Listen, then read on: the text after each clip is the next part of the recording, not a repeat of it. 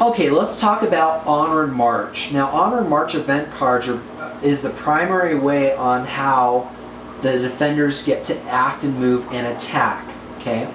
Now, if you remember, we were in a previous video we went over how event cards are drawn and resolved. A brief recap: at the start of the first player's turn, you draw and resolve an event card, and at the end of his turn, you're going to draw and resolve an event card, and then at the end of player 2, 3, and 4's turn, an event card will be drawn and resolved. Okay? So let's say it's the first player's turn. We've already drawn this event card, resolved that. He's done his thing. He's done with all his movement. Okay?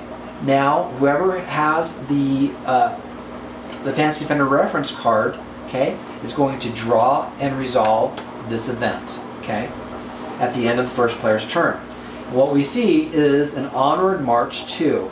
Okay, it says activate 2 Fantasy Defenders and vanquish the invaders. The player controlling the Fantasy Defenders chooses 2 defenders to activate. First, let's say he chooses this Warrior Knight.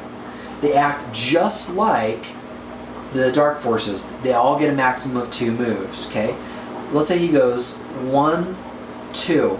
Okay, and then he'll attack him. Okay, if he so chose to. After that's done, he gets to pick one more. He may decide to move this musket man to get in range, because he only has a range of 1. He moves him 1, and let's just say this unit was there, and then he would attack him.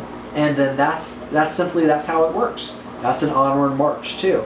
And then after that player has resolved that event, you pass the card to the next player in clockwise fashion. Again, always skipping the current player. Now, there are some other rules for Onward Marches. So, for example, you've got to protect the keep in certain situations. Okay, there's rules for the keep where there's a gate that you can pass through and so forth. That's found on pages 14 and 15 of the rule book.